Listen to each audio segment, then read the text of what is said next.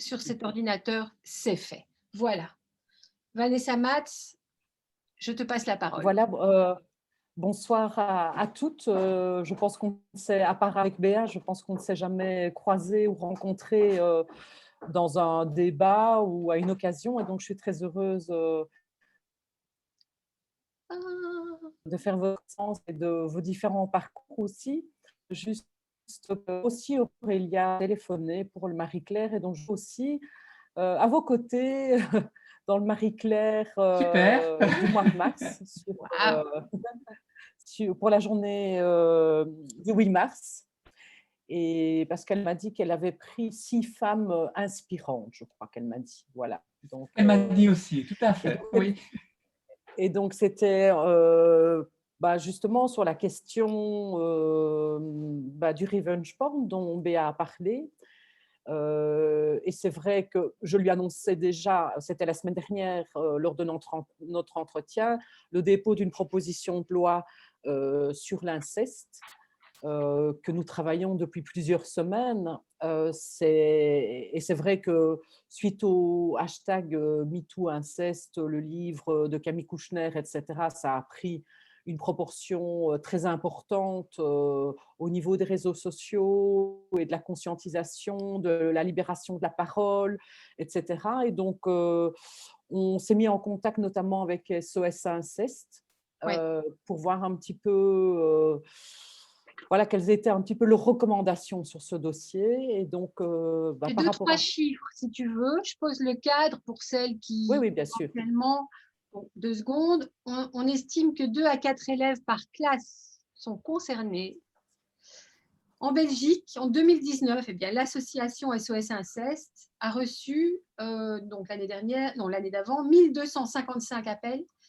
Ils ont effectué 435 entretiens. Ils ont ouvert 61 dossiers. Alors, les victimes sont à 80% de femmes, donc il y a quand même des hommes, dans une moindre mesure. Et selon l'OMS, 96% des agressions incestueuses sont perpétrées par des hommes. Voilà. Donc, mais ce sont des chiffres extrêmement interpellants. Ouais. Et alors, comme juriste, je sais qu'il y en a d'autres ici, je me suis posé la question, au fond, mais pourquoi est-ce que l'inceste, en tant que tel, ne figure pas dans notre code pénal actuel ? Et donc, j'ai commencé à chercher et je me suis rendu compte que la revendication de SOS Inceste, elle date d'un certain nombre d'années par rapport à cela. Et pour me convaincre vraiment de ce que je pensais être une intuition, mais qui m'est apparu comme plus qu'une intuition, j'ai repris les travaux de 2018 où 2 experts ont été chargés de la refonte totale du code pénal. Et je suis allée voir pourquoi dans leurs travaux, ils ne mentionnaient de nouveau pas l'inceste comme une infraction en tant que telle dans le code pénal. Et la réponse était, dans leur justification, que c'est le droit à je cite, le droit à l'autodétermination, et que ça fait partie de la sphère intime et privée. Alors là, ça a achevé ma conviction de dire que décidément les clichés sur ce dossier, les barrières, le fait qu'on pense que c'est entre 4 murs, que ça ne regarde pas le droit, m'ont haché pour mettre par écrit ce que les victimes attendent, à savoir une incrimination pénale en tant que telle. Il faut savoir qu'actuellement, bien sûr, que, entre guillemets, l'inceste peut être sanctionné. Il est soit comme une atteinte, un attentat à la pudeur, soit comme un viol, avec une circonstance aggravante parce qu'il y a un lien familial. Mais avec le refus de mettre en évidence une définition de l'inceste et une incrimination spécifique. Donc, notre proposition, elle prévoit cela, mais elle prévoit aussi, et c'est ça rappelle probablement d'autres dossiers, qui est la notion du consentement. C'est ce qui fait débat en France maintenant. Le législateur français au Sénat parle de 13 ans. Et donc, il y a une série entre guillemets, de stars, Flavie Flament, Alexandra Lamy, etc., qui ont publié des photos d'elle en disant, ben voilà, comme j'étais à 13 ans, et il y a un hashtag pas de consentement avant 15 ans. Moi, j'ai choisi délibérément de porter la barre haute et de le mettre à 18 ans. De considérer donc qu'il y a une présomption irréfragable, comme on appelle, de non-consentement en cas de crime incestueux en dessous de 18 ans. Le consentement, de manière générale, hors inceste, j'ai choisi de le porter à 16 ans, mais tout ce qui tourne autour de l'inceste, je l'ai porté à 18 ans. Donc la France, elle, est en train de parler d'un consentement général à l'acte sexuel, je vais dire. Alors, pourquoi est-ce que j'ai mis 16 ans? Pas parce que je suis une vieille réac, mais parce que ça nous paraît être une protection par rapport. On sait bien que les agresseurs, 9 fois sur 10, c'est de dire, bah, au fond, elle était consentante, elle n'a rien dit, elle ne s'est pas débattue, etc. Et donc, on a trouvé que c'était une protection 16 ans lorsqu'on parle d'une agression sexuelle au sens large. Et dans ce que je propose, c'est 18 ans pour l'acte incestueux. SOS Inceste voulait aller plus loin en disant il n'y a jamais de consentement lorsqu'il s'agit d'un acte incestueux. Là, j'étais plus réservée. Je prends cet exemple, mais qui n'est pas un exemple totalement farfelu. Une jeune dame de 19 ans qui tombe éperdument amoureuse de son beau-père. Nous avons inclus dans la définition de l'inceste les beaux-parents. Donc, voilà, qui tombe amoureuse de son beau-père. Est-ce qu'on devrait considérer qu'il n'y a, au-delà de 18 ans, pas de consentement à l'inceste? Ça me paraissait plus compliqué. Voilà, alors moi j'ai porté la barre haut parce que je sais qu'à un moment donné, elle risque d'être probablement rabaissée. Ce que j'ai voulu au travers de ça, c'est que ce dossier arrive au Parlement, qu'on ait un débat dessus, et j'ai forcément, le troisième point important de la proposition, rendu imprescriptible ces faits, parce qu'on sait que la parole se libère parfois 20, 30, 40 ans après. Et donc, j'ai rendu cette parole, cet acte imprescriptible, ce qui permet à tout moment à la victime, à l'occasion d'un traumatisme et de la résurgence de ce traumatisme qu'elle a subi, de pouvoir déposer plainte. Voilà, et en gros, en synthèse sur la CESBA, ce qui nous a motivés, c'était un travail juridique extrêmement délicat parce qu'on devait affiner au maximum les notions, la définition du consentement, les âges, les peines. Et donc, tout ça n'est pas figé, mais simplement, ça permet de pousser les portes du Parlement avec quelque chose qui est quand même solidement charpenté juridiquement et de pouvoir faire naître le débat et que la voix des victimes puisse être entendue. J'en ai des frissons. Magnifique boulot, bravo, merci. Hein. Lire le droit avec des lunettes de genre, Vanessa, c'est ce que tu fais en fait. C'est magnifique. Voilà. Ouais. Il y a une question que je me pose. Ça fait 2 fois, enfin là je sors un peu du droit, c'est vrai, mais ça fait 2 fois avec ce MeToo que ce qui pousse les choses, en tout cas sur la scène médiatique, ce qui libère la parole dans les médias, etc., c'est chaque fois des célébrités. Est-ce que ça veut dire que pour tous les maux de la terre dont souffrent les femmes, il faudra chaque fois qu'on ait une fille de ministre et de médecin très connu ou une actrice pour que les choses bougent?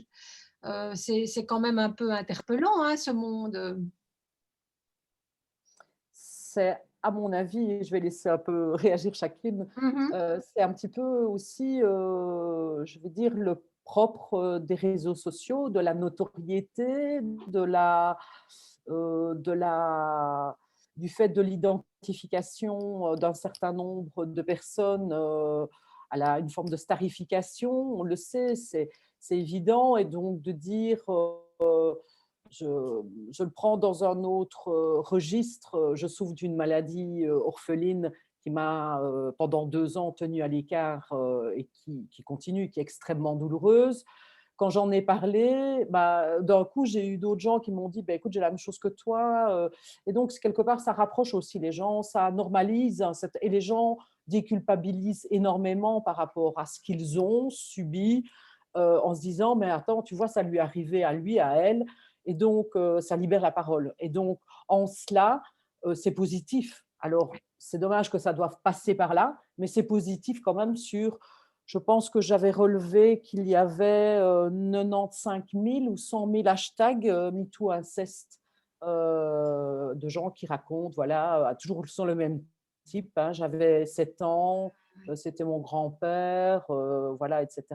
Et donc, hier, dans le reportage de la RTB, on mettait en avant un psychologue qui disait bah, au fond, c'est pas bien que chacun vienne sur les réseaux sociaux raconter, mais je pense que c'est essentiel. Alors oui, bien sûr, je vois bien ce qu'il veut dire. C'est pas toujours très sain d'aller faire du déballage sur les réseaux sociaux, mais d'un autre côté, ça déculpabilise, je dis, ça libère la parole, ça permet de faire partie d'une communauté, de ne plus se sentir seul face à quelque chose qui est éminemment dramatique pour les victimes. Donc voilà, c'est mon opinion, mais… Mesdames, si vous avez envie d'intervenir, de poser une question, Moi, faites-moi. j'ai une question en fait. Est-ce que juridiquement, est-ce on fait la distinction, c'est une question que je me pose, entre du coup la pédophilie et le terme inceste, puisque l'inceste est une forme de pédophilie qui est déjà condamnée.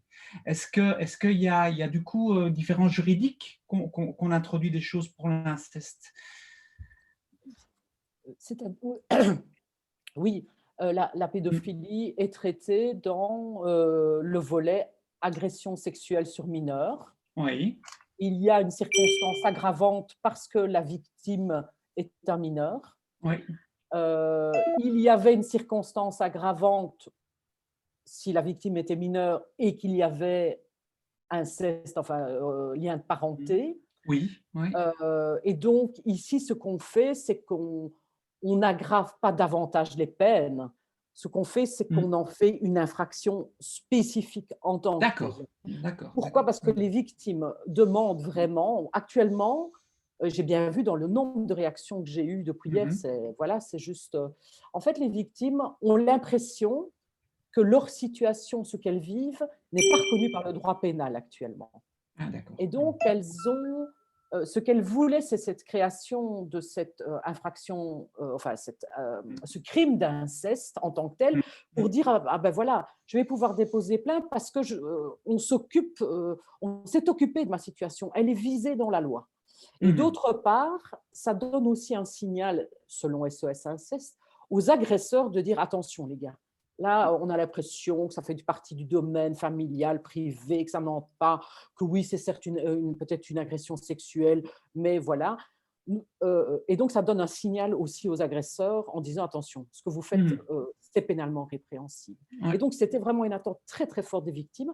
En France, ils n'ont pas la notion de consentement, l'âge, mais par contre, ils ont dans leur code pénal l'inceste et ils n'ont pas le caractère imprescriptible. Voilà, si on fait un comparer. D'accord, merci. J'ai encore une question. Est-ce que c'est quoi le calendrier par rapport au Parlement? Est-ce que c'est quelque chose qui va durer très longtemps? Ça prend combien de temps pour faire discuter et voter une loi comme celle-là? Parce qu'il y en a qui sont plus longues, oui.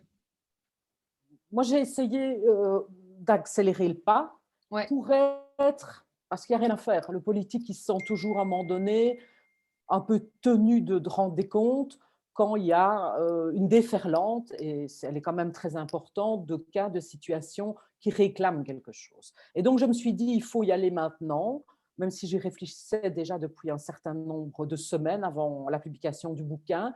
Je me suis dit, j'ai mis 72 heures où j'ai quasi pas dormi pendant les 72 heures pour être prête avec un texte et qu'on ne me dise pas « oui, tu as fait ça sur un coin de table, c'est juridiquement pas valide », parce que ça, c'est toujours l'argument de dire « ça ne tient pas la route juridiquement », donc on balaie l'idée.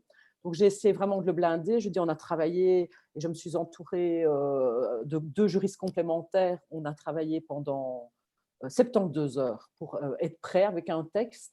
Il est actuellement à la traduction au Parlement. Il sera, comme on appelle, pris en considération pas jeudi prochain et renvoyé à la justice. Donc, la commission de la justice, chaque formation politique a le droit de mettre en avant une priorité qu'il souhaite examiner. Ce sera évidemment celle que je mettrai en avant. Donc, je pense que d'ici 3 semaines, on peut commencer les débats en commission de la justice, et avec déjà des filles qui m'a dit oui, moi j'aimerais bien co-signer le texte. Sophie Roni, hein, qui est très sensible sur la question. Je n'ai pas eu d'autres réactions politiques à ce stade. Je pense qu'il y a beaucoup de tabous par rapport à ce dossier-là, énormément, et beaucoup de gêne en se disant oui, est-ce que c'est notre rôle d'aller légiférer? Voilà, la même chose que ce qui bloque depuis 20 ans dans l'admission dans le code pénal de cette incrimination. Oui, non, c'est terrible. La résistance, elle se fait à ce niveau-là aussi. Et il faudra en tout cas batailler. J'ai eu une juriste de Femen Law qui m'a envoyé tout à l'heure un message en disant, en tout cas, on est à vos côtés, s'il faut être plusieurs pour pousser, quoi. Vous voyez qui est ce qu'est Femen Law? Monique, tu fais oui. Donc, Femen Law, c'est un collectif de juristes. C'est des femmes. Il y a un homme, je crois, des chercheurs de l'ULB et qui ont publié récemment chez Larcier, il y a une année, je crois, un code pénal, je ne dis pas de bêtises, des droits des femmes, donc une relecture du droit belge. Je disais tout à l'heure avec des lunettes de genre, c'est vraiment ce qu'elles ont fait. C'est un travail magnifique. Et c'est vrai que c'est logique qu'il y ait que vous travaillez ensemble. C'est-à-dire, on peut avoir un peu de name dropping. Qui veut pas bouger les choses?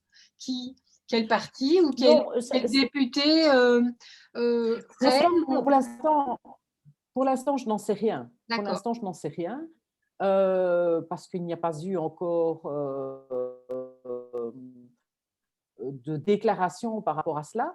Mais quand je vois la refonte du code pénal de 2018, où objectivement on est face à des experts quand même relativement progressistes, hein, qui ont un projet de code pénal, qui ont écrit en 2018, donc c'est pas il y a 20 ans, et que je vois leur justification sur le fait de ne pas mettre une infraction, je suis quand même très perplexe. Quand j'ai sollicité autour de moi quelques collaboratrices, juristes, pour dire allez, on y va, j'ai eu des réactions en disant mais attends Vanessa, ça existe, avec quoi tu viens, tu sais, c'est puni, voilà, c'est puni actuellement. Mais je dis oui, c'est puni, mais les victimes ont besoin que ce soit quelque chose qui soit reconnu en tant que tel. Et donc, voilà, il faut franchir. Donc, il y a des obstacles de diverses… Je l'ai bien senti, j'ai senti que voilà, ça allait être une petite bombe. Je l'avais mis dans Sud Presse, je savais que c'était une petite bombe que je lançais au Parlement. Ça va l'être, ça l'est, je vois bien les réactions que j'ai. Voilà, les gens, à la fois les victimes sont enfin, voilà, une proposition qui rencontre nos… Mais j'ai aussi des réactions d'autres citoyens en disant avec quoi vous venez, de quoi vous vous mêlez, en gros, ça n'appartient pas au droit. Voilà. Il faut que j'active mon micro. Je le disais, c'est incroyable. Je ne sais pas si vous avez une réaction, Monique, question. Moi, j'ai encore une question. Est-ce qu'il y a d'autres pays qui ont déjà fait en fait cette démarche ou pas par rapport à l'inceste, ou est-ce que c'est la France, dans les pays précurseurs? La France, ouais. La France. On pourrait s'en inspirer. J'ai cherché beaucoup. Pour les pays du Nord, je ne sais pas. Je n'ai pas trouvé de manière précise inceste. En France, c'est clair. La définition, enfin, ils ont une incrimination pénale spécifique.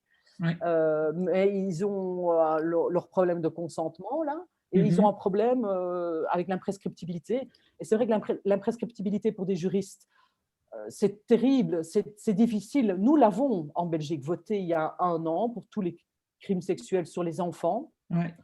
Et comme juriste, je me suis posé beaucoup de questions en disant, au fond, est-ce que ça ne va pas être pire?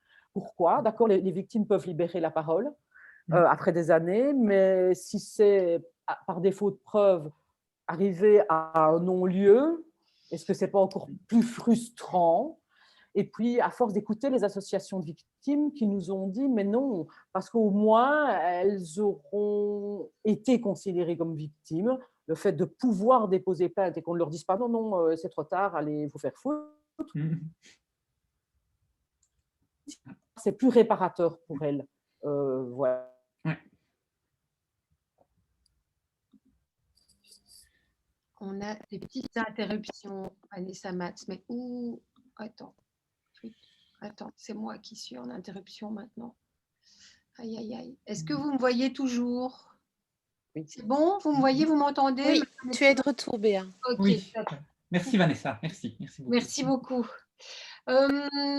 Si on prend par exemple, par comparaison, la loi sur le revenge porn que tu as aussi porté et fait voter, ça a pris combien de temps? Est-ce qu'on va être dans le même genre de timing? Vous m'entendez, hein? Oui, c'est ça. Oui, oui. Donc, le premier texte que j'ai déposé sur le revenge porn, c'est en 2016. Ok. Et ça a été voté en 2020. En juillet, hein, c'est ça? Oui. Ouais. Voilà. Ouais, évidemment. C'est lent. Alors, il faut savoir que je ne suis pas dans une posture extrêmement facile, puisque je suis parlementaire de l'opposition. Oui. C'est jamais facile pour une majorité, même si les idées peuvent être bonnes, de se dire, bah, au fond, on va y aller. Et le revenge porn, il est tombé au moment où il n'y a pas de gouvernement, donc où chacun, je veux dire, se sentait relativement libre par rapport à des consignes de vote. Et donc, voilà, la chose, j'ai vraiment peur qu'on m'oppose, c'est de dire, mais vous savez qu'il y a un projet de refonte du code pénal, on va bientôt s'en saisir, on traitera ça dans le cadre de ça. Mais ça veut dire, ce projet de refonte pénale, il y a 2 ans qu'il est pendant. Ouais. Donc, ça veut dire, allez, au moins pas avant 2 ans non plus. Donc, moi, je ne peux pas entendre que des victimes doivent encore attendre cela. Donc, voilà, on va vraiment, et j'espère accompagner de plein d'associations. Et ce n'est pas une question, moi je dis toujours, hein, ce n'est pas une question politique ici. Hein. Ce n'est pas pour faire de la promo à Vanessa Matz, je n'ai pas besoin de ça. Ce que j'ai besoin, c'est que les choses avancent. Mais donc, j'espère, avec toute une série d'associations qui sont conscientes qu'il faut avancer, qu'on puisse avoir ce débat au Parlement et engranger, même si ce n'est pas la totalité, des morceaux et pouvoir aboutir sur quelque chose qui rencontre l'attente des victimes. J'ai une question, elle est peut-être un peu naïve, mais je me souviens d'une époque, quand j'étais un peu plus jeune journaliste, d'une époque où au Parlement bruxellois, toute une génération de femmes que je connais bien, qui s'appellent Céline Frémaux, Viviane Tettelbaum, Fadila Lanan, etc., j'ai envie de dire, se donner la main au-delà de leur appartenance à leur parti respectif, de manière à faire voter des lois qui faisaient avancer la cause des femmes.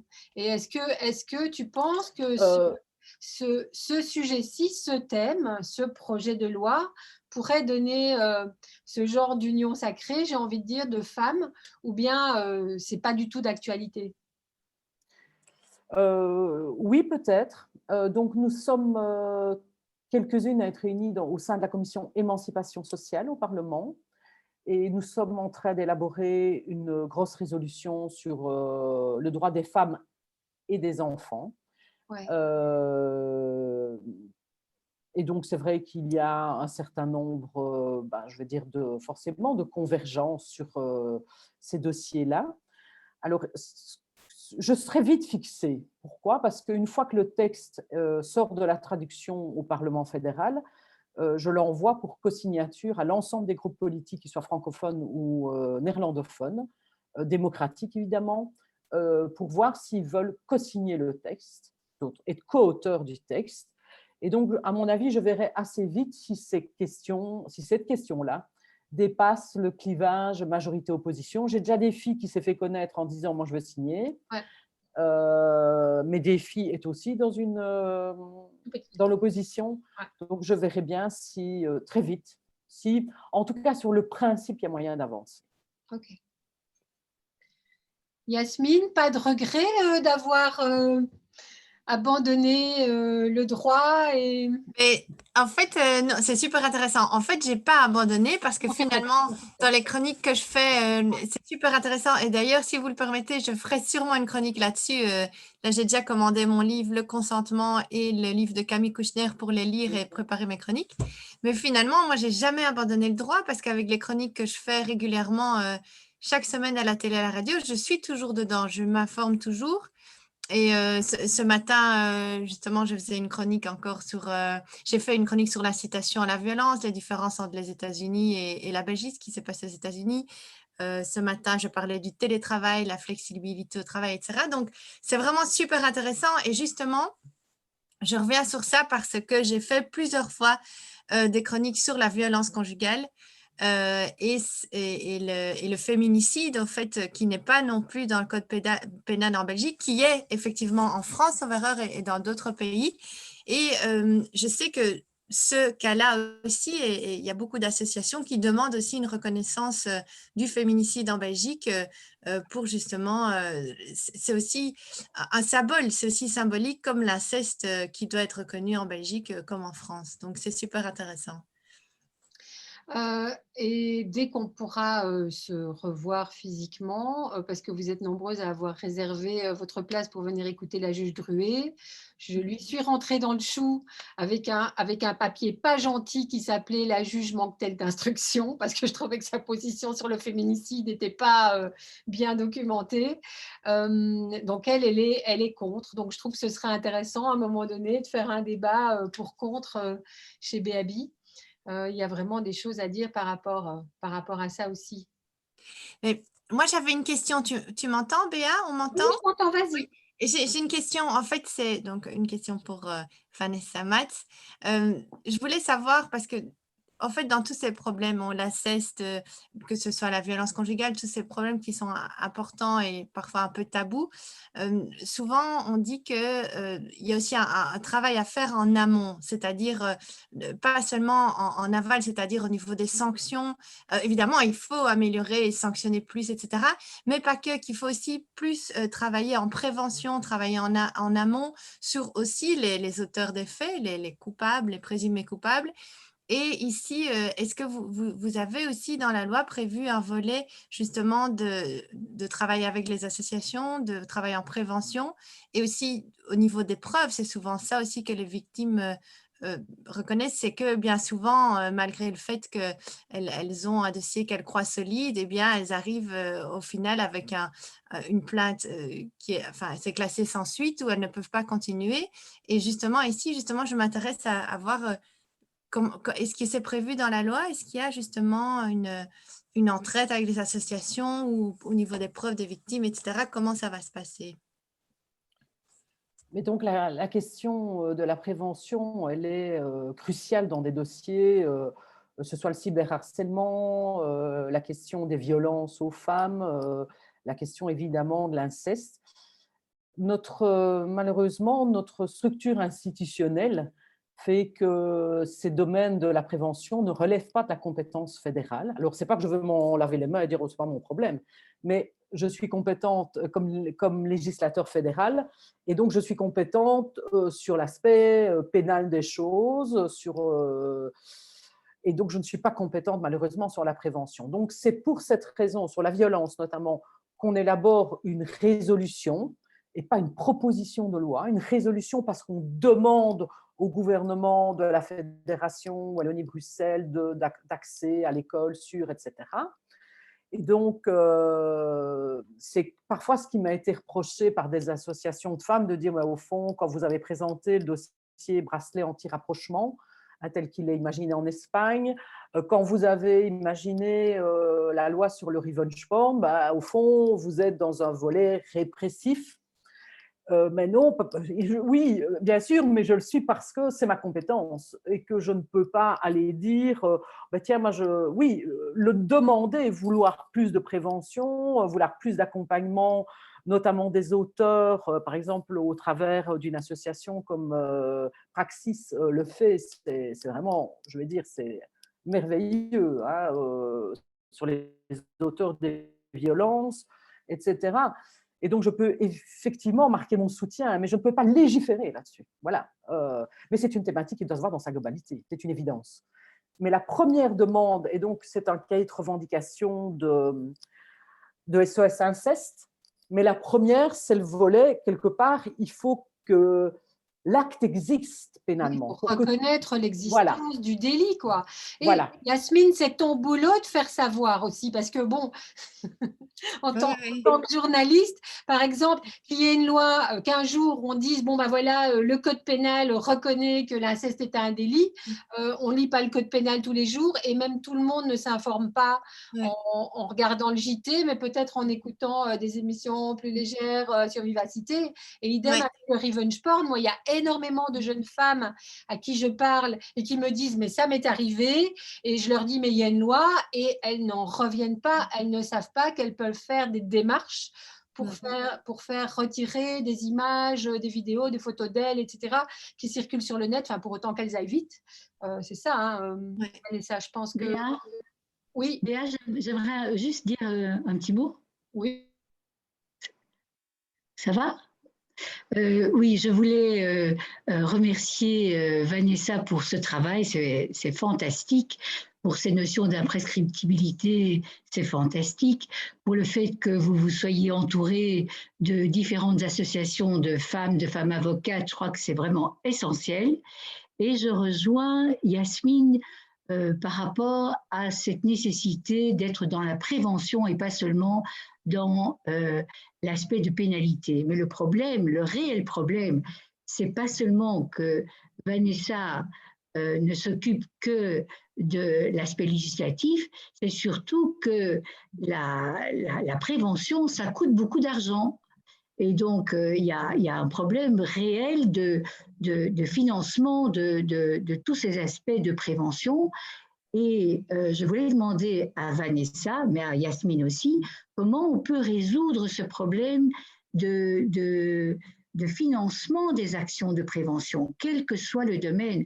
On est chaque fois limité et donc c'est plus facile, entre guillemets, de faire une loi ou de passer dans le côté pénalité qui coûte moins cher finalement à l'État que le dossier, le volet plutôt prévention. Peut-être répondre que sur l'aspect coût, vous avez évidemment raison que les campagnes de prévention, le soutien au secteur associatif qui fait de la prévention, tout ça coûte de l'argent. Ne négligeons pas le fait que la répression coûte de l'argent. Dès lors qu'un, je vais dire, allez, je vous prends ce chiffre-là que peut-être vous connaissez. Je parle des violences faites aux femmes, dossier que je connais très bien.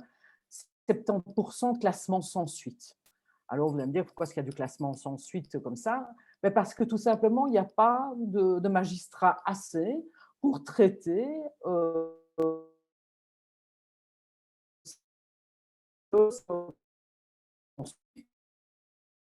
dossier. Si vous prenez les dernières affaires de féminicide en Belgique, c'était des auteurs qui étaient déjà dans l'œil de la justice d'une manière ou d'une autre. Il y avait une plainte de la victime, il y avait eu parfois des conditions qui avaient été imposées à l'auteur, etc., mais qui n'avaient pas été suivies par quelqu'un qui assurait le fait qu'il était effectivement éloigné du domicile, le fait qu'il se présentait bien régulièrement où il devait, le fait, enfin voilà. Et donc, le problème actuellement, c'est que l'aspect répressif des choses, la justice est vraiment a été le parent pauvre depuis des années des politiques fédérales. On a désinvesti dans la justice et donc il n'y a pas d'accompagnement. Il y a la police qui ne s'en sort pas. Alors, il y a une question de mentalité, évidemment, hein, mais il y a aussi…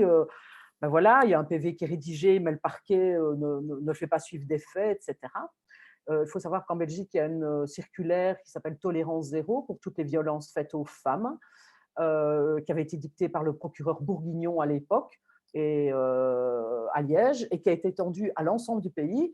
Moi, je me rappelle, j'étais jeune et fin et elle est venue, elle est descendue dans les commissariats pour expliquer comment ça se passait et que dès qu'il y avait, je vais dire, quelqu'un qui se présentait pour des violences, PV doit être dressé, transmis au parquet dans tel délai, etc.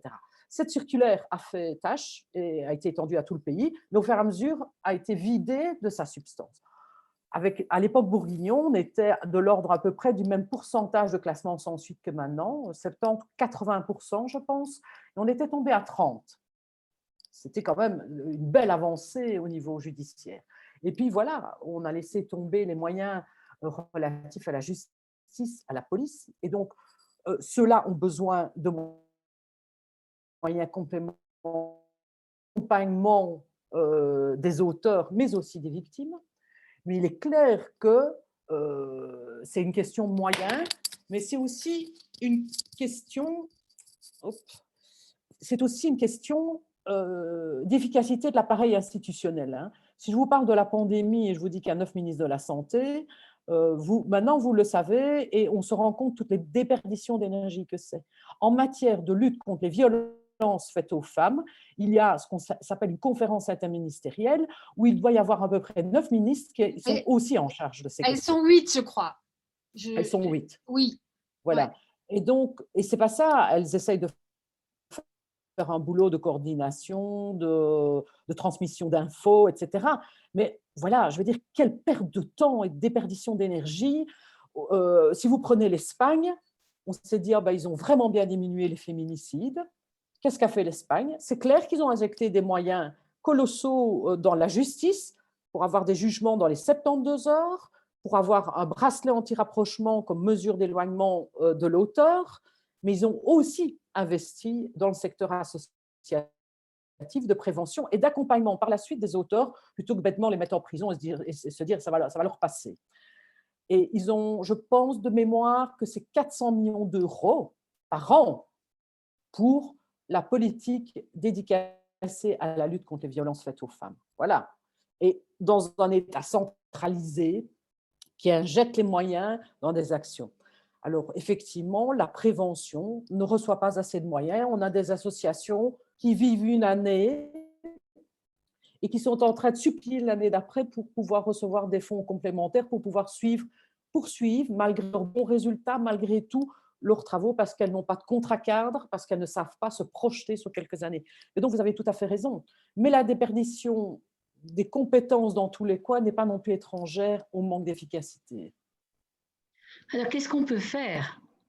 Parce que si c'est là le problème, si c'est là l'obstacle, que peut faire la société civile, que peuvent faire les journalistes, que peuvent faire les groupes de pression? Mais allez-y, je réponds. Non, Yasmine, allez-y. Moi, j'ai déjà beaucoup parlé. Vraiment, c'est vraiment très intéressant de parler avec vous et bravo en tout cas, Vanessa, enchantée, c'est vraiment super intéressant. Je pense ce qu'il faut faire et c'est ce qui se fait notamment en France. C'est petit pas par petit pas. Je pense que déjà, l'opinion publique joue toujours beaucoup. Quand il y a des nouvelles lois, c'est suite à ce qui se passe dans l'opinion publique, suite à ce qui se passe dans la jurisprudence, etc. Et c'est comme ça, je pense que petit pas par petit pas, on peut avancer.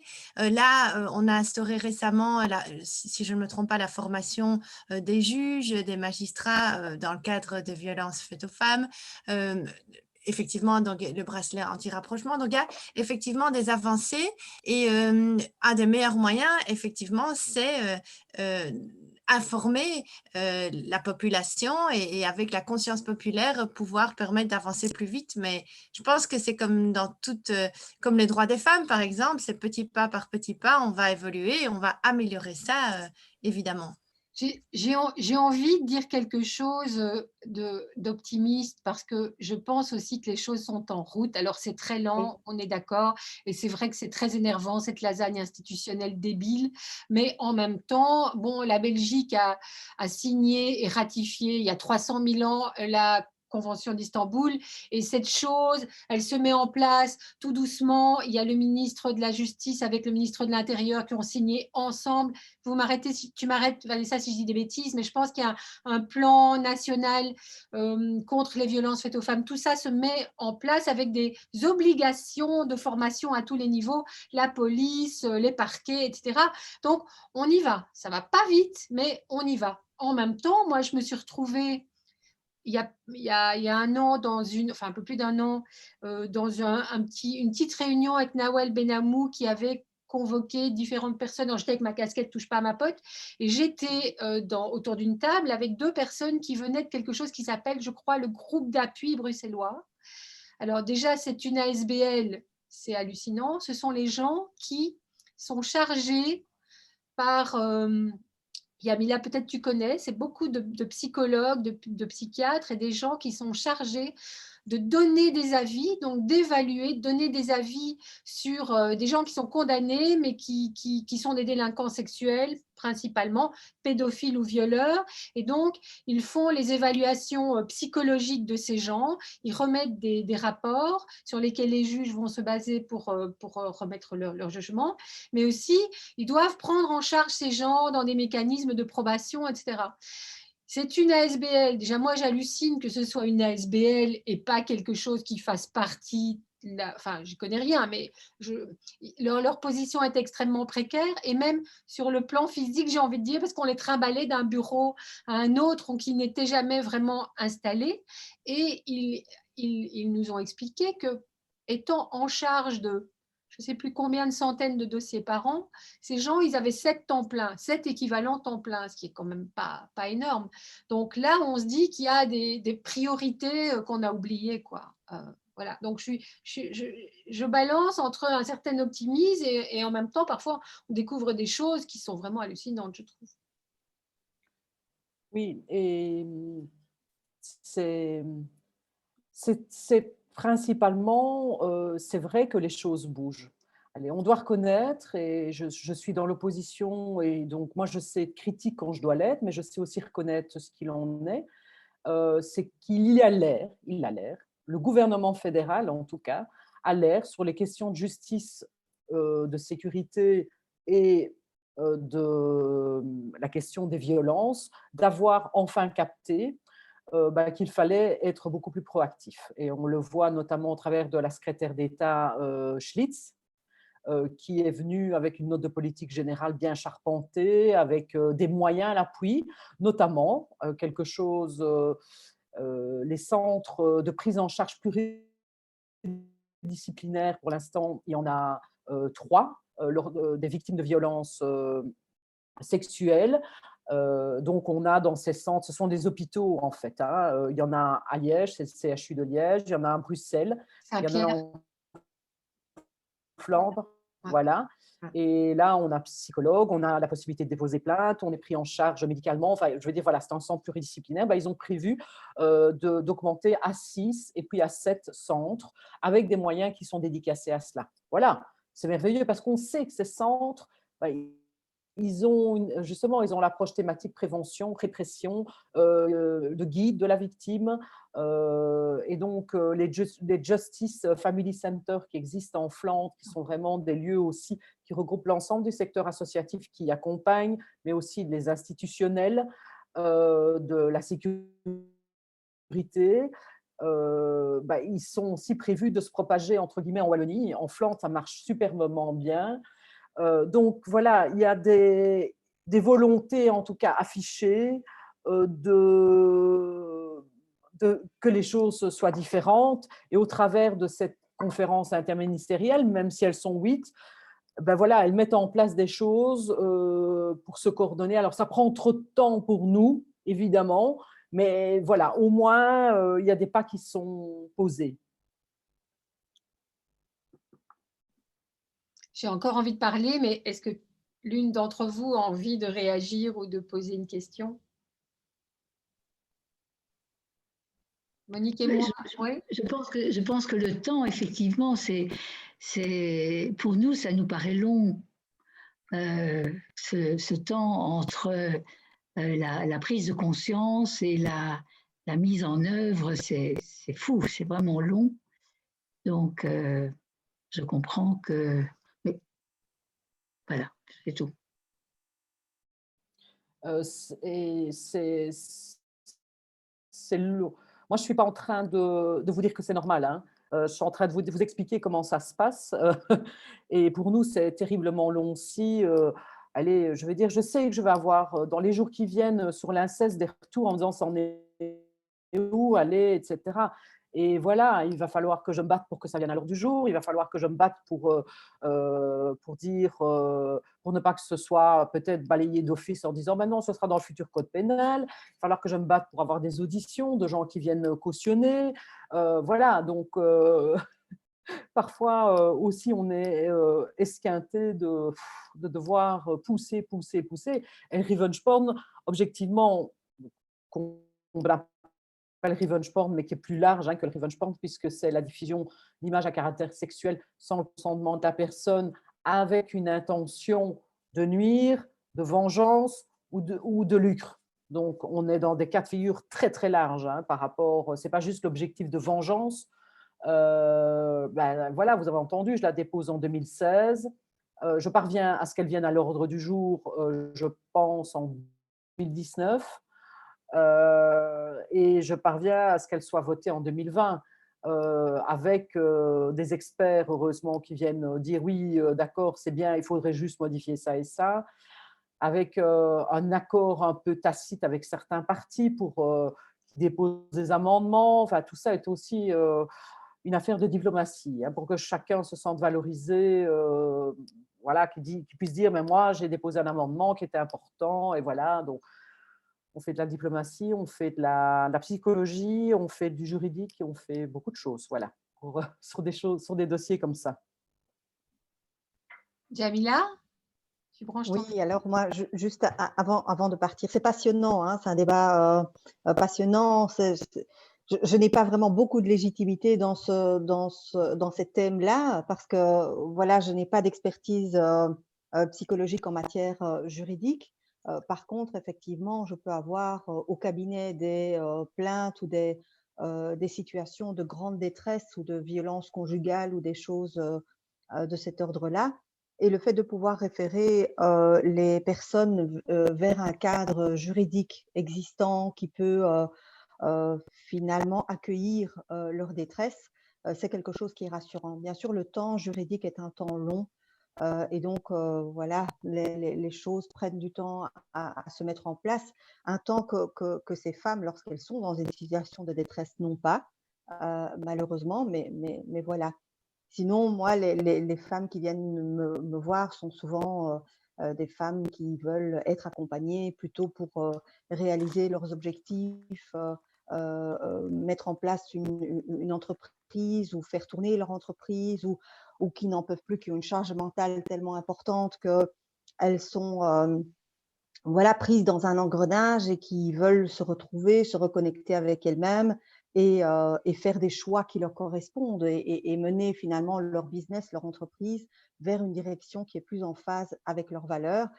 Alors bien sûr, ça aussi, ce sont des choses qui viennent se rajouter à tout un contexte aujourd'hui Covid où elles ont en plus la proximité avec leurs conjoints, leurs enfants, etc. Et toutes ces choses-là doivent aussi trouver un espace pour se dire, pour se libérer et justement pour éviter des situations de violence conjugale qui sont de plus en plus fréquentes dans la période et le contexte qu'on connaît aujourd'hui. Donc voilà, merci en tout cas pour cet éclairage par rapport aux différents éléments qui ont été abordés.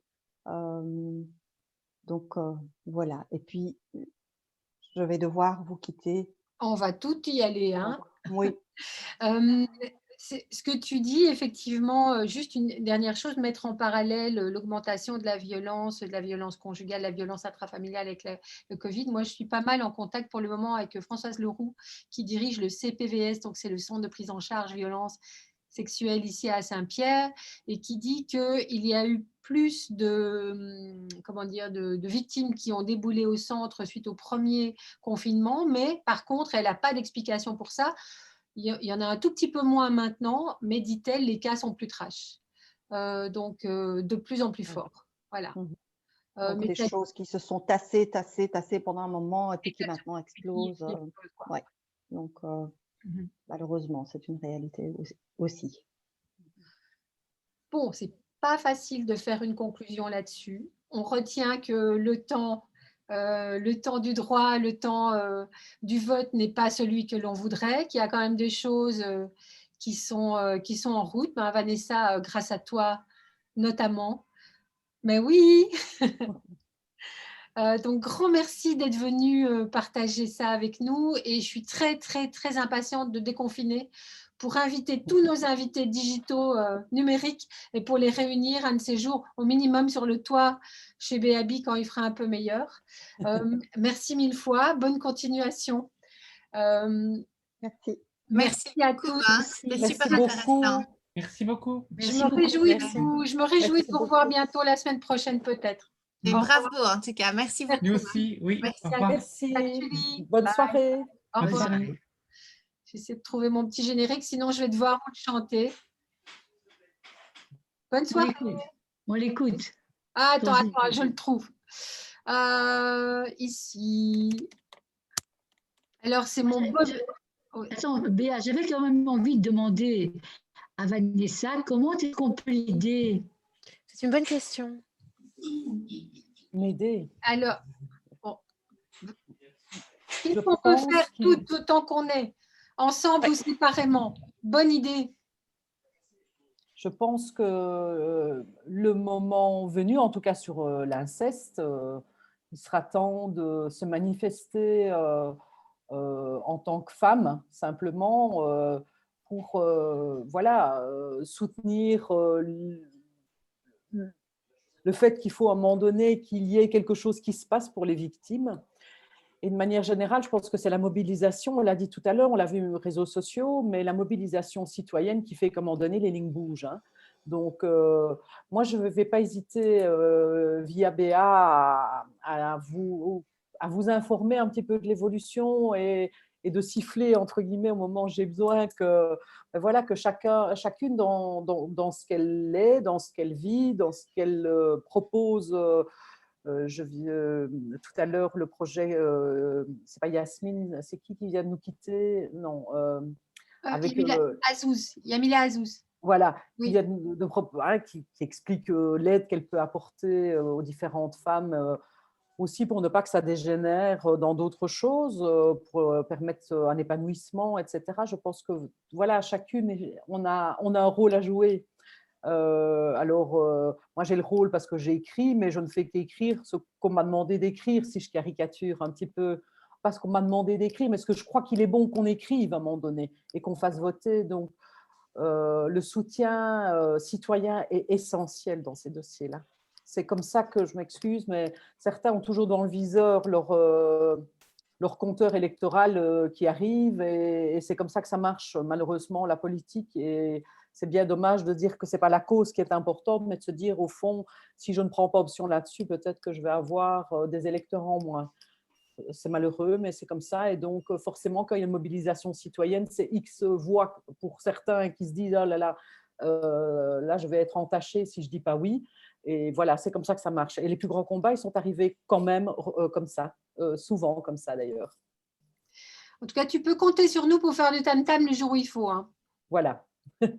On n'était pas beaucoup ce soir, c'est pas facile de mobiliser sur des sujets comme ça, mais on sait comment toucher un plus grand nombre de toute façon. C'est super intéressant en tout cas. Bravo. Hein. Merci beaucoup à vous en tout cas je suis très contente et n'hésitez pas, je vais dire à m'envoyer un message. Oui, je vous contacterai certainement. Oui. Enfin voilà, moi je suis très disponible, même si parfois ça fait un peu beaucoup, mais voilà, je suis disponible super, mais je vous pour relayer toutes les préoccupations. Super, merci. Hein. Et moi, je distribue les adresses à qui veut, hein, si vous n'avez pas, etc. Mais je pense que j'ai fait un mail commun là tout à l'heure, donc vous savez comment vous trouver. Merci Monique. Merci beaucoup à vous. Merci Yasmine et Julie. Merci. À bientôt. Merci. À bientôt. À bientôt. Ciao. Attends, je la lance. Alors j'attends le générique là. Le voilà.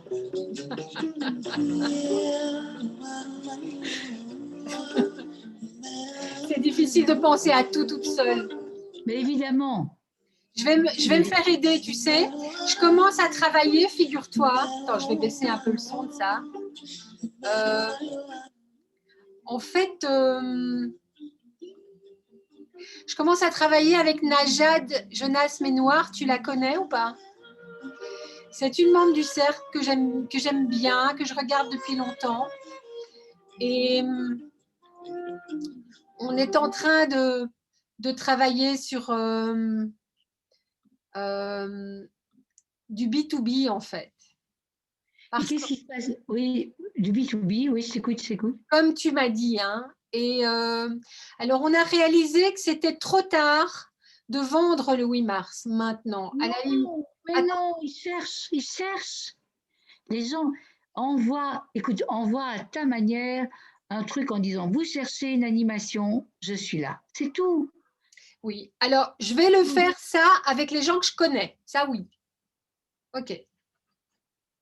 Mais par contre, on est en train d'organiser quelque chose qui va être notre lancement de BAB B2B. Mais OK, je vais appeler les gens. On a listé les gens qu'on connaissait et à qui je vais envoyer de manière très simple une petite vidéo. Je m'adresse à eux et je vais leur téléphoner. Et on leur envoie un petit résumé. Donc, on le fait. Mais on va aussi utiliser ce 8 mars comme une rampe de lancement pour ce B2B. Voilà. Parce que, tu vois, c'est vraiment une...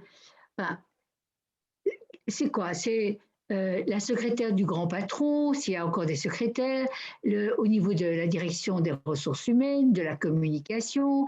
Ce sont ces personnes-là et tu as un fichier extraordinaire. Ouais. Tu le renvoies en disant sans doute recherchez-vous une animation originale et percutante par rapport à la journée du 8 mars. Ouais. Contactez-moi, c'est tout. Ouais. Ouais. C'est tout. Et tu vois ce que ça donne. On travaille dessus, hein. Mais tu sais, même un bête message, comme tu fais à ta manière, tchac, tchac, tchac, tchac, sans doute recherchez-vous. Ouais, OK. Contactez-moi. Et ça peut être selon les firmes, tu peux mobiliser une fille qui s'occupe de mode, tu as un tel réseau, profites-en parce que je suis sûre qu'il y a des gens qui Ouais. c'est juste bon. Vois ce que ça donne en mobilisant peu de moyens, c'est-à-dire en envoyant un mail ou un WhatsApp. Sans doute recherchez-vous une action originale et percutante pour le 8 mars. Contactez-moi. Okay. Et tu me donnes. C'est tout. OK. T'es d'accord? Je te tiens au courant. Oui. J'aime bien quand tu viens. Mais écoute, tu m'invites, je viens. Hein. Écoute, c'est chouette et je trouve que c'est tellement... Moi, les femmes me bluffent tout le temps. Je me suis demandé, tu sais, mon problème, par exemple aujourd'hui, c'était comment est-ce que je dois me présenter? Parce que... Tu as disparu au moment où je présentais les gens, où les gens se présentaient en fait. Oui. Je ne sais pas, qu'est-ce que tu veux dire? Pourquoi tu ne sais pas? Et parce que, tu vois, la fille qui vient de parler coach, d'accord? Hein? La fille qui a parlé coach, qui a dit qu'elle était coach. Elle n'est pas coach. Non, il y en a une qui a dit je suis coach et j'aide les femmes à... Ah oui, elle fait ça aussi. Elle est psychologue en fait. Et elle fait que de l'intérim. Et là, elle travaille chez Proximus à la cellule culture et leadership. Comment moi je t'aurais présenté? J'aurais dit d'abord que tu es, à ma connaissance, tu as été la première femme coach leadership en Belgique. Écoute, il y a beaucoup de femmes qui sont maintenant à des postes et que j'ai coaché effectivement et que je continue à coacher. Et donc, je veux pas, si je me présente, on est dans... C'est compliqué, quoi, tu vois, par rapport... Tu veux dire parce que tu ne peux pas dire leur nom? C'est une chose. Et puis parce que... Tu peux Attends, ajouter. attends. D'abord, je ne donne pas les noms, Non. mais surtout, entre guillemets, j'ai une telle expérience, tu vois. Mais tout ce que tu dis, c'est juste toujours tellement juste, quoi. Et donc je me réjouis quand une jeune femme dit, comme elle a dit, et j'aide les gens. Tu vois ce que je veux dire? J'écoute, j'interviens, mais c'est très compliqué c'est très compliqué de, qu'est-ce que je dois dire? Est-ce que je dois dire que j'enseigne à l'UNIF? Oui. Est-ce que je dois dire que, tu vois, qu'est-ce que je dois dire? Je ne Donc, comprends pas que tu te poses cette question. J'accompagne des femmes leaders au plus haut niveau, j'accompagne des femmes politiques, j'accompagne de hauts fonctionnaires européennes dans leur leadership. mais des femmes artistes qui dirigent. Industrielles, je veux dire, ta cliente Cécile Béchet, si je me trompe pas, est industrielle. Je dirais, voilà. Donc, je ne vois pas pourquoi tu ne dis pas ça. Si tu le dis pas, moi je le dirais, mais c'est évident. Je suis prof d'université, c'est une évidence. Je vais le dire, mais je ne sais pas comment, en fait, je sais pas. Comme je vois, comme je viens de le dire, ça va pas? Si. Et puis, il y a un côté aussi où je travaille beaucoup moins qu'avant, tu vois. Et alors? Tu n'as pas besoin de travailler beaucoup, tu travailles tellement vite. Tu sais directement là où il faut aller. Là où les autres vont chercher pendant des jours, toi, tu vas to the point. Donc, on s'en fout. Tu peux dire, je fais ça, je fais ça, je fais ça, et j'ai X années d'expérience. Ouais. Ah oui. Mais Ouais. puis, ton travail à Strasbourg, etc., tu peux le rappeler, mais tu n'as même pas besoin de parler de ça. Je veux dire, moi, franchement, tu dirais, j'accompagne des femmes leaders au plus haut niveau, que ce soit au niveau européen, au niveau politique en Belgique, etc. Waouh! Ouais. Euh, Ouais. je veux dire, j'en Mais ai c'est pas. effectivement, écoute, c'est effectivement, bon, tout récemment, c'était une femme qui riguait un poste enfin bon, enfin je vais pas dire, mais voilà, ce sont des femmes qui ont effectivement qui briguent des hauts postes, c'est vrai, c'est vrai. Donc voilà. Et qui sait, un jour, Vanessa Matz, elle aura besoin parce qu'elle va faire un saut vers autre chose et elle aura besoin de toi, tu vois. On verra. Mais en tout cas, je vais réfléchir à ça, mais merci de ce que tu me dis. Oui, Merci oui. de venir et merci pour ton regard et tes super bons conseils empowerants. C'est super chouette et je suis contente de te voir. Et J'aime bien, dis, j'aime bien tes boucles d'oreilles, c'est très beau. Regarde, du coup, dès que tu as dit. Ah oui! Ben, écoute, mais oui, parce que qu'est-ce que tu veux? Quand on est sur ces petits écrans, là, il faut des choses un peu graphiques. Et tout ce qu'on fait communique sur nous. Hein, donc, maintenant, je vais aller quand même faire un gros bisou à mon chéri qui m'a amené mes boucles d'oreilles. J'ai quand même beaucoup de chance. Parce qu'en plus, il est en train de faire à manger. Hein, donc, le mien aussi, mien aussi. Il est rentré pour me demander à quelle heure ça se termine, tu vois? On a beaucoup de chance. On a beaucoup de chance parce qu'il y a aussi beaucoup de gens qui sont tout seuls ou bien des femmes qui ne sont pas toutes seules mais qui ont des enfants qui leur marchent dessus et ce n'est pas simple non plus. Donc, je pense que vivre à deux, pour le moment, c'est vraiment cool. Dis, et j'étais très contente de te voir et que tu vois mon petit-fils, David. Oui, il est vif, hein, celui-là. Ah, on est allé acheter des plantes et c'était formidable. Vous avez trouvé votre bonheur? Ouais. Ouais. C'est fantastique, cette boutique. Ouais. C'était... Elle a eu cette vision. J'avais envie de lui dire que j'étais ta grande sœur et puis je ne voyais pas comment raconter ça. Tu vois, c'était dans la rue comme ça.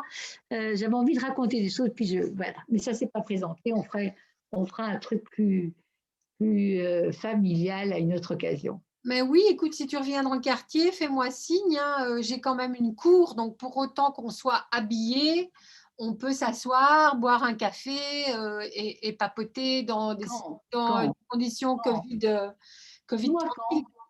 Moi, je suis là tout le temps. Hein. C'est vrai? Tu es vraiment là tout le temps? Ah ouais. Alors, ce que j'ai recommencé le lundi, mais bon, ça dure 1 heure, j'ai commencé une séance sportive avec un coach et avec une autre femme. Donc, on partage ce coach pendant 1 heure. Et figure-toi, on fait ça dans le kiosque du Bois de la Cambre, le kiosque à musique. Donc, on est en pleine nature, il n'y a pas de voiture, il y a même très peu de monde parce qu'il ne faisait pas très beau lundi matin. Et c'est formidable parce que non seulement on se muscle un peu, mais on s'oxygène, tu vois. Parce que aller faire du sport finalement dans une salle et respirer toujours le même air, je ne suis pas sûre que ça soit bien. Donc, de toute façon, elles sont fermées. Donc, voilà. Donc, ça, bon, à ce moment-là, je sors. Mais sinon, je suis à peu près tout le temps ici. Toutes les réunions sont aujourd'hui en vidéoconférence et je pense que ça va continuer. On aura certainement des événements plus festifs où on ira boire du champagne et le plaisir de se voir et de bien s'habiller et tout pour certains moments. Mais les réunions de boulot, en tout cas, moi, je continue comme ça. Hein. Ouais. Ça marche très bien. Hein. J'imagine Ouais. que tu travailles comme Très. ça tout le temps aussi. Tout à fait, ça marche très bien. Moi, écoute, regarde-nous toutes les deux, là, on est bien. Mais Dis-moi, oui, et tu... euh, euh, euh, attends, ce que je... Non, enfin, bon, écoute, comme tu dois aller manger, moi aussi, on va ouais. refixer le moment. Mais Ok. cette semaine, tu dis le lundi, en général, tu es occupé. Ouais. C'est le lundi Lundi, matin, midi, après. alors lundi, je t'entends plus, je vais à 11 heures. Mais regarde, on est mardi. Par exemple, le week-end, je suis là aussi. Donc, Ça va, ça va. bon, Je, je donne une formation à 14 heures samedi, mais par exemple, dimanche, je suis là toute la journée. oui, on peut faire quelque chose avec Nick, hein, Avec Nick. Et aussi, tu sais, si tu as ton petit-fils, oui, toutes les fins de semaine ici, oui. mon voisin d'en face est un brocanteur très dynamique. Et il recrée le business model du marché à lui tout seul. C'est-à-dire, comment ça fonctionne? Je peux expliquer ça à ton petit-fils. Comment ça fonctionne le marché aux puces? Normalement, il est ouvert tous les jours. C'est le seul marché aux puces quotidien d'Europe et peut-être du monde. Et en fait, ça marche avec des camions qui arrivent, qui ont vidé une maison. Et tu as l'antiquaire qui est allé dans la maison, vider la maison, remplir le camion, qui trie et qui met les belles pièces dans un magasin d'antiquités et le vlek va sur le marché. Sauf que le marché ici, il est fermé. Donc, mon voisin, c'est un couple en fait. Elle va dans les maisons, elle vide les maisons. C'est des gens qui ont plutôt de l'argent, qui font appel à elle. Elle est belge, elle est blonde, elle a un bon accent bruxellois. Le camion arrive ici le matin vers 8 heures, pas très tôt. Au cul du camion, il y a tous les antiquaires de Belgique qui allaient avant au marché, qui sont au moment où ils vident le camion pour dire je prends ça, je prends ça, je prends ça, c'est moins cher. Elle met les bonnes pièces dans sa boutique et comme elle ne peut pas mettre sur le marché puisque le marché est fermé, elle met devant sa boutique maintenant, devant la boutique de son mari, dans des caisses à bananes, tous les trucs. Et donc, j'ai un mini marché devant chez moi. Et c'est intéressant de voir. Alors, tu nous convoques à quelle heure? Parce qu'alors, je viens avec mes petits-enfants. Eh ben, dimanche, à partir de 10-11 heures, tranquillement. Devant chez toi, vraiment. Ouais, ouais. Super. Après, si vous êtes 8, je vous laisse peut-être pas rentrer parce que c'est peut-être pas bien pour vous, pour nous. Mais en tout cas, je peux sortir, on peut discuter.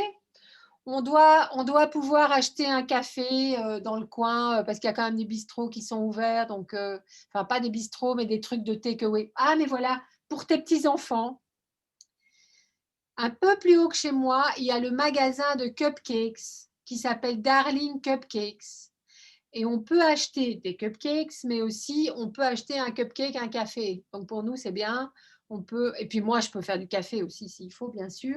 Oui, Mais l'autre jour, je suis allée avec David au Darling Cupcake, qui s'est choisi un cupcake. Et c'est Gila Weisman, c'est une des 3 boutiques de Gila, qui est une femme très dynamique, très commerçante, que j'ai convaincue en fait de s'installer dans cette rue parce qu'elle me disait je cherche un lieu pour ouvrir une nouvelle boutique. Je dis mais viens dans les Marolles, il y a un monde fou. Alors bon, évidemment là un peu moins, mais quand il fait beau, il y a un monde fou. Quand le marché est ouvert, il y a un monde fou et tout.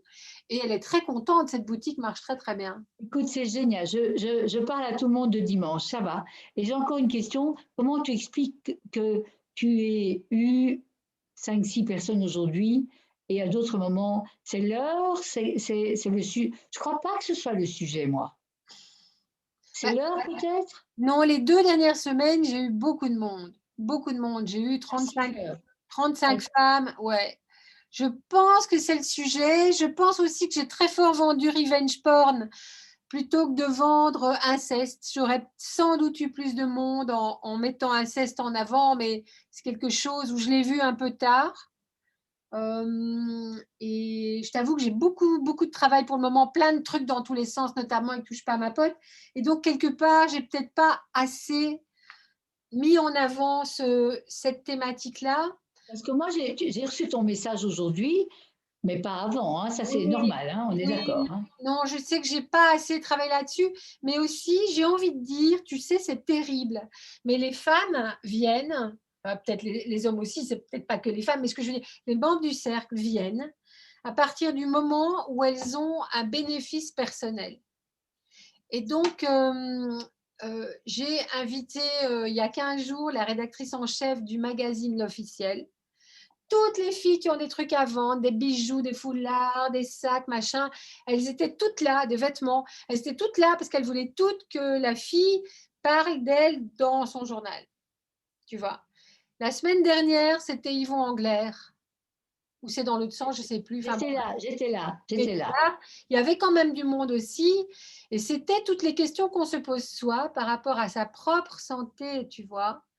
Alors qu'ici, on est sur des thématiques sociétales qu'on trouve intéressantes peut-être, mais qui, dans la majorité des cas, j'ai envie de dire Dieu merci, ne concernent pas directement les personnes. Et donc là, c'est plus difficile de mobiliser les gens.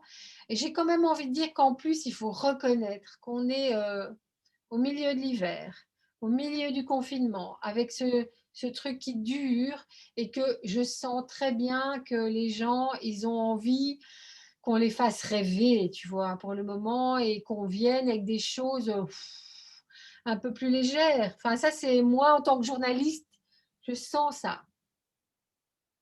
Donc, dans les semaines qui viennent, mais c'est multifactoriel, hein, parce qu'il y a aussi le fait qu'il faut être derrière. Hein. Aujourd'hui, il y a tellement de Zoom et tout qu'il faut vraiment aller chercher les gens, hein, avec des arguments où tu les touches. Oui. Et c'est du boulot, hein. C'est du boulot. Oui. Ok. Bon, dimanche. Béni, viens voir Béa. Tu dis bonjour à Béa? Oui, bonjour Béa. Bonjour. Salut, bonjour. Toi. Je n'ai pas entendu ce qu'il a dit. Il se penche vers toi. Ah, écoute, je suis très flattée. Parce que tu es posé en fait sur une table, donc il doit se baisser pour te voir. Voilà. Bon, mais écoute, tu embrasses très fort Nick de notre part et j'ai bien noté dimanche. Note-le aussi et je te confirme. Ok, ça marche. C'est génial cette idée, c'est génial. Bah, écoute, oui, je pense que pour tes enfants, tes petits-enfants, je pense que c'est intéressant. En tout cas, celui que j'ai vu l'autre jour, il a l'air plutôt de s'intéresser à comment fonctionnent les choses. Et en plus, cette boutique avec ses gâteaux, ils sont beaux, on les mange déjà avec les yeux et tout. Et je te dis, on est déjà allé les manger. Voilà. Donc, et puis, super. Vous pouvez peut-être retourner au magasin de fleurs ou de plantes. Enfin, il y a 1000 choses à faire dans le coin, quoi. Ça, c'est sûr. Tout à fait. Tu nous fais une visite guidée à la Béa. Ok, ça va. Avec ta fille. Alors, je vais essayer parce que ma fille, elle a un agenda de ministre. Elle a beaucoup de remises de travaux cette semaine. Donc, elle m'a envoyé des photos dramatiques où elle tire la tronche parce qu'elle travaille beaucoup pour l'université. Je vais aller l'installer à Klagenfurt en Autriche, figure-toi. Tu n'es pas au courant? Dans le cadre de son Erasmus, elle va 6 mois dans cette université parce qu'ils ont Ils ont un cursus qui convient exactement à ce en quoi elles se spécialisent, qui est en gros… Elle se spécialise en communication, non? Non, elle a fait Sciences Po, puis elle a fait un master en… c'est Sciences Po aussi, enfin ça s'appelle EU and International Governance. Elle a envie d'aller travailler au Conseil de l'Europe ou un truc comme ça. Et puis là, elle se spécialise en technologie, sciences sociales et technologies.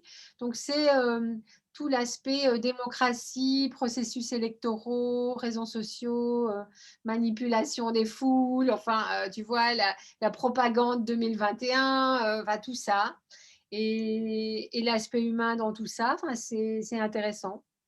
C'est passionnant. Et je vais… Et tu sais, moi, j'aime beaucoup ta fille et je crois qu'elle m'apprécie. Ah Donc, oui, j'adore. Donc, je serais très chouette qu'on se voit. Écoute, je vais essayer, hein, si elle est dispo, parce que c'est jamais facile. Même comme ça, même comme ça, on fait un truc et tu sais, un soir, on bavarde 1 heure, comme on fait maintenant. Oui, ou alors ce que je te propose, Monique, tous les vendredis à 12h, oui. Je fais ce que j'ai appelé le networking de Béabi. Oui. Ça veut dire qu'à 12h tapante, je suis au pied du kiosque à musique du Bois de la Cambre. Oui. Et celles qui sont là m'accompagnent, on va marcher, on traverse le bois, on va jusqu'à la forêt de Soigne et en fonction des obligations des unes des autres, on revient ou on continue. Et ça fait du bien parce que comme ça, on marche, on respire, on parle, on échange. Il y a des filles qui rencontrent d'autres filles et de manière très détendue. Et c'est chaque fois… Écoute, j'ai depuis 2 ans un groupe d'amis de mon âge et on marche tous les jeudis matins. Ah bah voilà. Et on fait des zooms, voilà, on fait des tas de trucs chouettes aussi. Oui, oui. Donc, je viens certainement un vendredi midi. Un vendredi, tu mets un petit mot comme ça, si jamais tu as 5 minutes de retard, je t'attends, tu vois. Et après, on termine, on fait notre tour, et puis on revient par un resto qui s'appelle le kiosque, mais qui n'est pas le kiosque du départ, et où on peut en takeaway, alors il y a tout ce que tu veux, il y a de la soupe, il y a… autour du bois, là, je vois très bien, là, il y a deux endroits où tu peux manger. Oui. En fait, c'est derrière le chalet Robinson. D'accord, d'accord. Super. Ça va? Super. Oui, c'est super. Donc, le rendez-vous est au kiosque. Hein. Le rendez-vous est au kiosque à midi. Oui. Ça va. Super. Bon Bisous. appétit, ciao. T'embrasses, hein? Oui, je fais ça tout de suite. Ouais. Je compte sur toi. Ok. Bisous, hein, bisous. Bye.